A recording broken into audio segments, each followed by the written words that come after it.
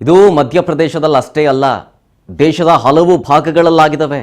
ಅದೇ ರೀತಿ ಈಗ ತೆಲಂಗಾಣ ಭಾಗದಲ್ಲೂ ಆಗಿದೆ. ಅದೇ ಥರ ಪರೀಕ್ಷೆ ಬರೆಯೋಕ್ಕಾಗದೆ ಪಾಪ ಮಗಳು ಕಣ್ಣೀರಿಡ್ತಾ ಇದ್ದಾರೆ, ಮಗಳಿಗಾಗಿ ತಾಯಿ ಕೂಡ ಕಣ್ಣೀರಿಡ್ತಾ ಇದ್ದಾರೆ. ಪಾಪ ಅಲ್ಲಿನ ಸಿಬ್ಬಂದಿಗೆ ಕಾಲಿಗೆ ಬಿದ್ದು ಬೇಡ್ಕೊಳ್ಳುತ್ತೆ ಪಾಪ ಆ ತಾಯಿ ಜೀವ. ತೆಲಂಗಾಣದ ಮೇದಾಚಲ್ನ ಕೇಸರದಲ್ಲಿ ಈ ಘಟನೆ ಆಗಿರೋದು. ಪರೀಕ್ಷೆಗೆ 2 ನಿಮಿಷ ಲೇಟಾಗಿ ಬಂದಿದ್ದು ಪಾಪ ಆ ವಿದ್ಯಾರ್ಥಿ. ಲೇಟಾಗಿ ಬಂದರು ಅಂತ ಸಿಬ್ಬಂದಿ ಒಳಗೆ ಬಿಡಲಿಲ್ಲ. ಸಿಬ್ಬಂದಿಯ ಕಾಲಿಗೆ ತಾಯಿ ಬಿದ್ರೂ ಕೂಡ ಏನೋ ಅವ್ರ ಮನಸ್ಸು ಕರಗ್ತಿಲ್ಲ. ಕಾಲಿಗೆ ಎರಗಿ ಬೇಡ್ಕೊಂಡ್ರು ಪರೀಕ್ಷಾ ಸಿಬ್ಬಂದಿಗಳ ಬಿಡ್ತಿಲ್ಲ. ಅದೇ ಸ್ಟ್ರೈಟ್ ಆಗಿ ಒಂದು ಒಳ್ಳೆ ರಿಚ್ ಪಾರ್ಟಿ ಥರ ಕಾರಲ್ಲಿ ಬಂದು 4 ಜನ ಸೆಕ್ಯೂರಿಟಿ ಗಾರ್ಡ್ ಇಟ್ಕೊಂಡು ನಮಸ್ಕಾರ ನಮಸ್ಕಾರ ಅಂತ ಹೇಳ್ಕೊಂಡ ತಕ್ಷಣ ಗೇಟ್ ಓಪನ್ ಮಾಡ್ತಾರೆ. ಇವ್ರುಗಳಿಗೆ ಕಾಲಿಗೆ ಬಿದ್ರೂ ಇಲ್ಲ ಆಗಲ್ಲ ಅಂತ ಕಳಿಸ್ಬಿಡ್ತಾರೆ.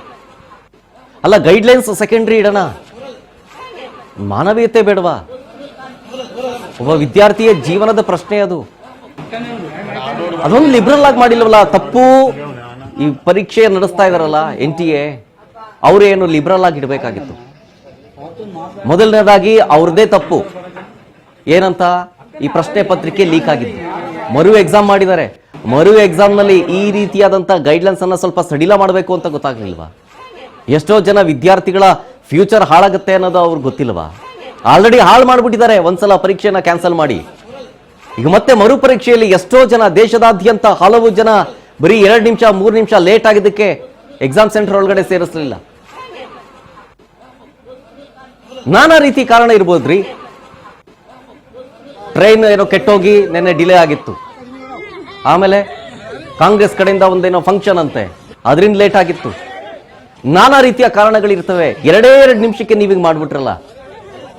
ಮತ್ತೆ ಇನ್ನೊಂದ್ಸಲ ನೀಟ್ ಎಕ್ಸಾಮ್ ಬರಬೇಕು, ಅಲ್ಲಿ ತನಕನೂ ಕಾಯಬೇಕು, ಮತ್ತೆ ತಪಸ್ ಮಾಡಬೇಕು ವಿದ್ಯಾರ್ಥಿಗಳೀಗ. ಅವ್ರ ಜೀವನನೇ ಹಾಳು ಮಾಡಿಬಿಟ್ರು ಎಲ್ಲ ಸೇರ್ಕೊಂಡು. ನೋಡಿ, ಒಂದು ಕಡೆ ತಂದೆ ಮಧ್ಯಪ್ರದೇಶದಲ್ಲಿ, ಮತ್ತೊಂದು ಕಡೆ ತೆಲಂಗಾಣದಲ್ಲಿ ತಾಯಿ ರೋಧಿಸ್ತಾ ಇದ್ದಾರೆ. ಅವರು ಪಟ್ಟಂತಹ ಕಷ್ಟ ಇದೆಯಲ್ಲ, ಆ ನೀಟ್ ಪರೀಕ್ಷೆ ಎಕ್ಸಾಮ್ಗೆ ಪ್ರಿಪೇರ್ ಆಗೋದಕ್ಕೆ ಆ ವಿದ್ಯಾರ್ಥಿ ಆಗಿರ್ಬೋದು, ಅವ್ರ ಫ್ಯಾಮಿಲಿ ಆಗಿರ್ಬೋದು, ಆ ಕಷ್ಟ ಈಗ ಕಣ್ಣೀರ ರೂಪದಲ್ಲಿ ಬರ್ತಾ ಇದೆ ಆಚೆಗೆ. ಈ ಕಣ್ಣೀರು ನಿಜಕ್ಕೂ ಅವ್ರು ಒಳ್ಳೇದು ಮಾಡುತ್ತಾ? ಇಷ್ಟು ಗೋಳೊಯ್ಕೊಂಡು, ಇಷ್ಟೊಂದು ಗೋಳೈಕೊಂಡಿದಾರಲ್ಲ, ನಿಜಕ್ಕೂ ಒಳ್ಳೇದಾಗತ್ತಾ ಅವ್ರಿಗೆ?